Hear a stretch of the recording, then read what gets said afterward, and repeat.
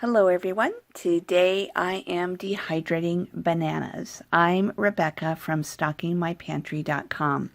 Okay, so I have two bunches of bananas here, and I don't know how well you can see, but they have a little bit of green on them.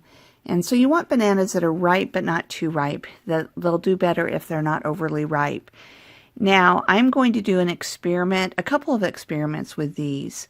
One, I'm going to slice some very, very thin with the thinnest blade on the mandolin, or at least that's what I'm going to try, see if that works. The other one I'm going to slice a little bit thicker. Also, for the sake of this experiment, I am not using any lemon or anything. I have read a lot of people say to soak your bananas in lemon juice. Some people say that turns them into mush. Some use a spray bottle and spray lemon juice on, and so on. So there's different ways. Oh, and then I should add that there are some people who just say you don't really need to put the lemon on. So I'm going to start off by doing it without any lemon. Now I am using two different types of, I don't know what you call them, liners or whatever on the trays.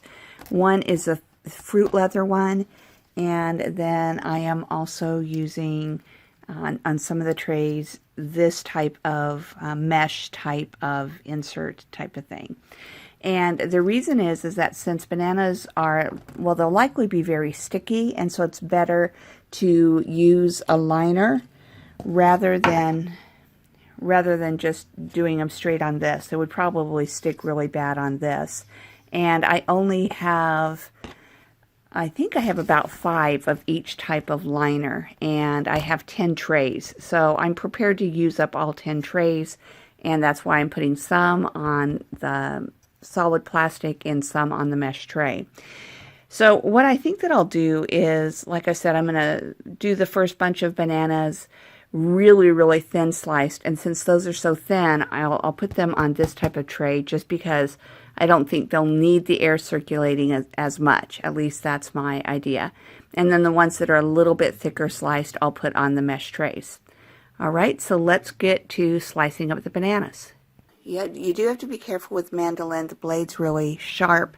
I have these gloves. They came with the mandolin. I really don't know how great that these are, but since they came with the mandolin, I'll use them.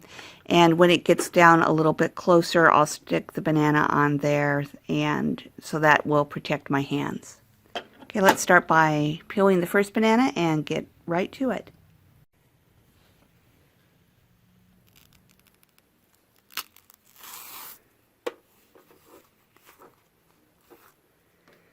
The nice thing about these bananas not being overly ripe is that they're a little bit firm, so I'm hoping the mandolin will work. Oh, we'll see. I don't know. They might not. See how it's kind of mushy? So you know what? I think I might not be able to use the mandolin.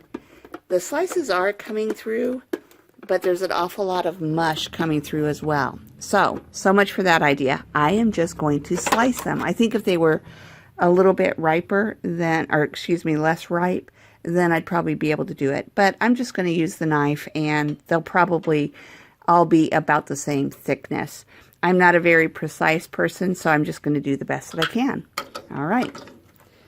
So you don't know if you don't try. I did hear about some people using a mandolin to slice bananas, so I thought it would be worth it, but I think that was just going to make them too mushy. So I'm going to put them on the tray, and I'm going to make sure they're not touching, because these are going to take quite a while. I'm actually doing this at night, and I've gotten to where dehydrating at night and letting things run all night is kind of my favorite thing to do, because most things take quite a while. So I love having them go overnight, and then I finish them up in the morning if I need to. See how this is just kind of mush, but I'm still going to just kind of put that down. And then the rest of them I'll just slice using a knife. Yeah, it's kind of a bummer that didn't work. Maybe the thicker blade would have worked, but I'm just not going to mess with it. So these shouldn't take too long to cut anyway.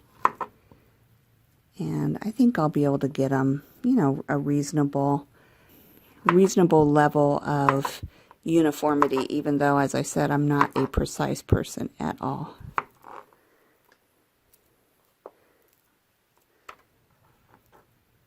Okay, I am not going to make you watch all of this, so I'm going to turn off the camera, and I'll bring you back when I'm finished slicing them. Oh, by the way, let me just say that I have 11 bananas and I have 10 trays.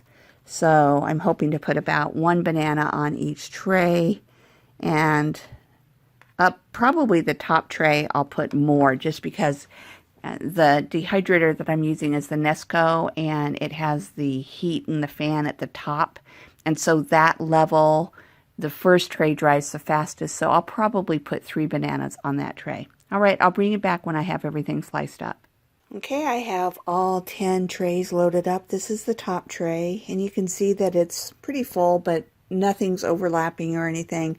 This ended up being more like 1.5 bananas because some parts of the banana were kind of bad, so that's why you see some here where I cut a part off, and that's why it's not a full slice.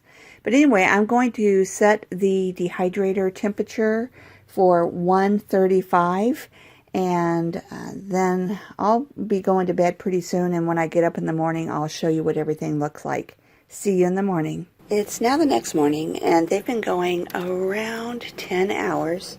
And you can see how they've shriveled up quite a bit, and they are still extremely bendy. And this is the top tray, so I'm sure that the bottom ones are even more so. But man, they're smelling delicious. I'm going to keep them going, and actually in a little bit, I have some stuff I need to do right now, but in a little bit I'll probably remove, especially let me take a look at the ones that are on the plastic, and yeah, as suspected, they're still kind of even stuck to the tray, so I'm not going to worry about trying to remove them. But once I'm able to loosen them from the trays, from these plastic sheets, I'll put them onto just directly onto the tray so that they'll have better airflow. So I'll bring it back in a little while. I'm going to leave these go for now just as they are, because I've got a few things that I need to do this morning, and then if they're still not completely done, then once they're loose, I'll just put them all directly onto these trays so that they can finish up a little bit faster. I'll probably rotate the trays as well, but I don't want to put the ones that are on these trays that are solid up at the top like I normally would rotate things and move them up to the top, but I don't want to because I don't want to block the airflow. So these are just going to need to take longer, and that's fine. So I'll see you in a little bit. Oh, by the way, I just want to say, if I didn't mention it, these are smelling delicious. And one other thing I do want to mention is you can see that they have turned brown. Personally, this is not going to bother me. I'm 98% sure it's not going to bother my husband. So I'm not sure that I'm going to worry about that in the future, coating with lemon or anything, but I probably will try it in a future video just to see if it makes a difference, and so that I can let you know. All right, I'll see you in a little bit.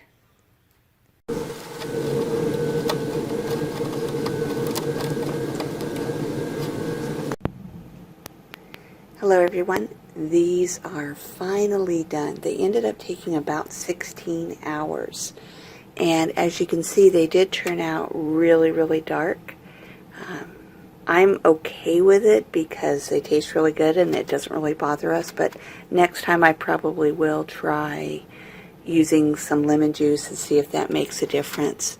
So I just wanted to show you how they turned out. They are dry completely, and I'm going to be putting them into a jar, and I'll show you how much I end up with. But I have to tell you that these were so good that as I was drying them, I kept eating them and giving them to my family to eat. So it's not going to be a true representation of how many I ended up with. One thing I did want to say is, you may recall that I put these on screens and also on the plastic trays, but as soon as they were dry enough for me to peel off the trays. I took them off and I flipped them over, and then also eventually put them on just the straight trays without any screens. So that was kind of a process that happened as time went on.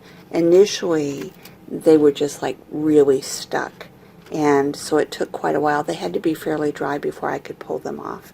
So anyway, I'm going to put them all into a jar, and I'll show you what I ended up with.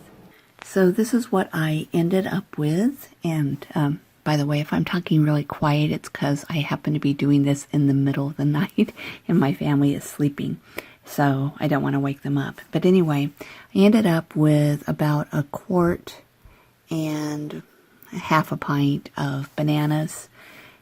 Again, keeping in mind that I did eat a whole bunch of these. Well, not a whole bunch, but a fair amount. So I would estimate that around 5 average bananas to a pint jar. And I don't remember if I said that it took around 16 hours for these to get done.